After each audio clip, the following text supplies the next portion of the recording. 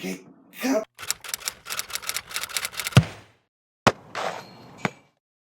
Amici belli,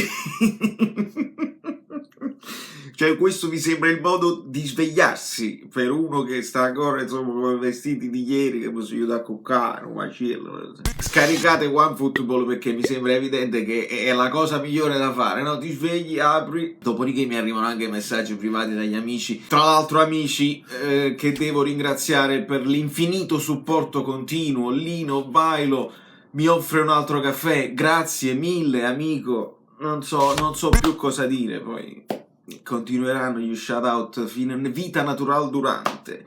E uno shout out voglio fare anche all'amico Pietro Mascione che commenta spesso sul canale e mi sembra, ma credo, insomma, sono convinto al 99% che sia tifoso della Juve, ma un tifoso della Juve che commenta sempre in maniera pulita, educatissimo, parla di calcio, non si è mai fatto prendere una cosa, veramente sono questi poi i subscriber che io voglio e con i quali mi confronto con piacere. E lui diceva giustamente, nella vicenda Milik-Juventus, adesso Suarez, l'esame, questa è una roba di una settimana fa. E lui diceva, situazione kafkiana, estremamente indecifrabile e dipendente da un esame di lingua italiana superato oppure no. Io distinto ho risposto, non posso fare a meno di credere che un calciatore, se vuole passare un esame, lo passa anche se impreparato. Troppi soldi in ballo. Ricordiamo i 100.000 euro forfettari di tasse che pagano quando arrivano in Italia, no? Può essere, ma in questo caso è talmente rilevante in ambito calcistico, risponde lui, che non è che si può passare sotto silenzio, e infatti non passa sotto silenzio, ma stiamo parlando di intercettazioni gravi, di roba grave. Poi dico subito, il caso vuole che il colonnello che è affidato alle indagini si chiami Sarri. Questa poi è Dio, no? È il Dio del calcio o Dio in generale che ha il senso dell'umorismo, si chiama Sarri, lo capite? Capite che si chiama Sarri, non è imparentato. Ma che dice, e ci tengo a sottolinearlo subito, che la Juventus non è indagata in questo caso qua. Loro per caso sono arrivati a questa cosa di Suarez perché stavano indagando su altri fatti. E la Juventus pare non indagata.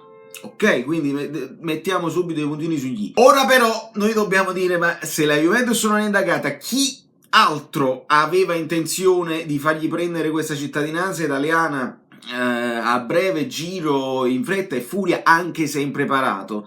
Perché se è vero come è vero che la Juventus ha ufficializzato Morata, nel senso video ufficiali, insomma è fatta, è ufficiale, e allora c'era l'ipotesi Suarez, cioè loro volevano, e questo che non mi è chiaro, e se voi avete capito di più fatemelo sapere nei commenti, cioè la Juventus aveva l'idea Suarez, però poi dopo non si è, o forse già avevano saputo che questa storia del passaporto poteva uscire fuori e hanno deciso di mollarlo, e quindi poi di riversarsi di nuovo su Morata per stare più tranquilli, e devo capire questo.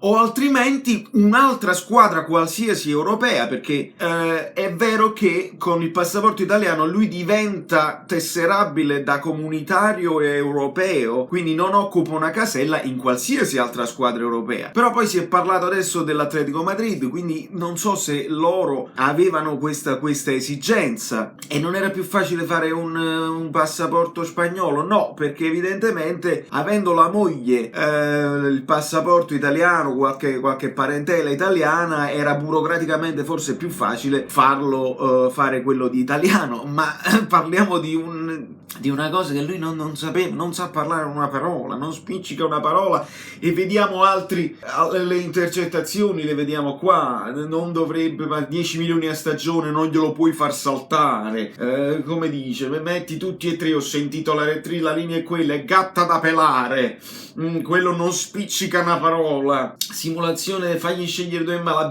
sta memorizzando l'esame. Mio timore, i giornalisti fanno due domande e quello va in crisi, e certo, è come tutti gli stranieri che arrivano in Italia che non sanno parlare, non coniuga i verbi. se lo bocciate ci fanno attentati, ma te pare che lo bocciamo? Ma non è possibile. Far passare 2 ore di lezione così con uno così non è facile. Ragazzi, è una roba gravissima e veramente non mi sto riferendo alla Juve perché di schifezze ne fanno, ma non credo nemmeno sia questo il caso. Non lo so, le indagini, quali immagini?